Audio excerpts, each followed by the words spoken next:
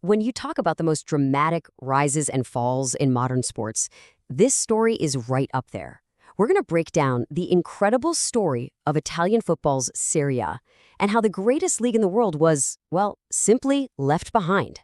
For a whole generation of us who grew up watching football, this wasn't just some statement. It was basically law. Serie A wasn't just a league. It was the league, the absolute pinnacle.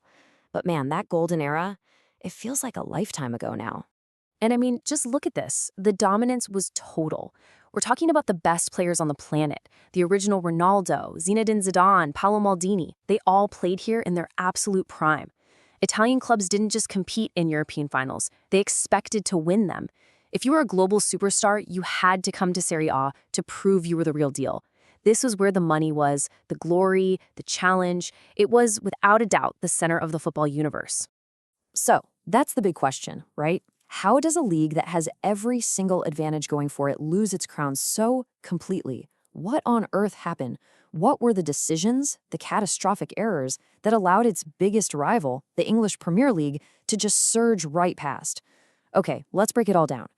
And like with so many stories, this one really kicks off with money, specifically how these two leagues decided to manage their single most valuable asset. Okay, so this right here is the fork in the road. On one side, you've got Serie A, where the giants like Juventus, Milan, and Inter all went off and negotiated their own massive TV deals.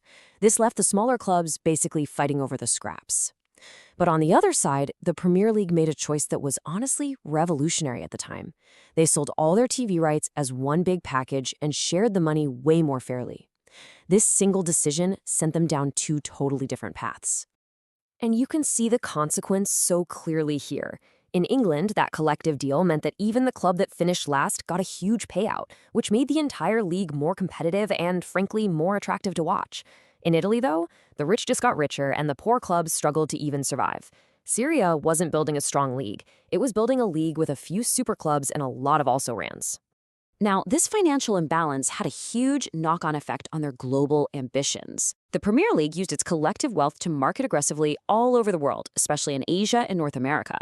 And, of course, leveraging the English language gave them a massive global reach. Serie A, however, just got complacent.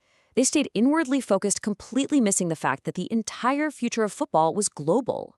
But, if the financial mismanagement and poor marketing just created the cracks, what came next was an absolute earthquake that shattered the league's very foundations.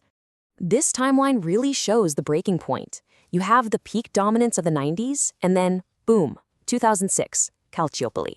This was a massive match-fixing scandal involving some of the league's biggest clubs and top referees. Juventus was actually relegated, other clubs were heavily punished, and literally overnight, the best league in the world was exposed as corrupt. The damage here wasn't just about the points deductions or the relegations. It was about trust. The brand was tarnished. Global audiences and top players started looking elsewhere, and the league was just way too slow to react, too slow to reform. And that's when the exodus really began.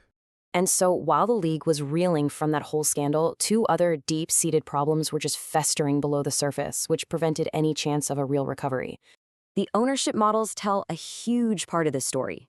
See, Serie A was built on old money, these powerful Italian families who had been running the clubs for generations. The Premier League, on the other hand, opened its doors to a whole new breed of owner, international billionaires and state-backed funds with what seemed like limitless cash. Italian football simply could not compete with that kind of financial firepower. And this table shows you exactly where that lack of investment hit the hardest: the stadiums. In England, clubs owned their own modern arenas, turning them into 7-day-a-week revenue machines. But in Italy, most clubs were stuck renting these old, council-owned stadiums that they couldn't renovate. This absolutely crippled their match-day income. It was a massive, fundamental weakness. So let's recap. The league is behind on marketing, it's reeling from a scandal, and it's stuck with outdated infrastructure. The final blow, the final nail in the coffin came, once again, from television. Even as the world of sports media was exploding, Serie A just kept underselling its international rights. They were focused on these short-term deals instead of long-term strategic growth. All the while, the Premier League's global rights deals were just skyrocketing.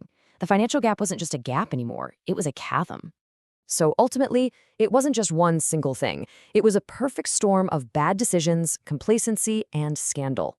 While one league evolved to meet the demands of modern, globalized football, the other, well, it just stood still, stuck in the past. And that's really the ultimate takeaway from this whole story. Serie B's decline wasn't just a simple fall from grace. It was a failure to evolve, a failure to innovate, and a failure to recognize that the game had completely changed forever. It wasn't just beaten, it was left behind. Thanks for watching. If you enjoy breaking down football like this, make sure you subscribe to Football Science and keep learning the game on a deeper level.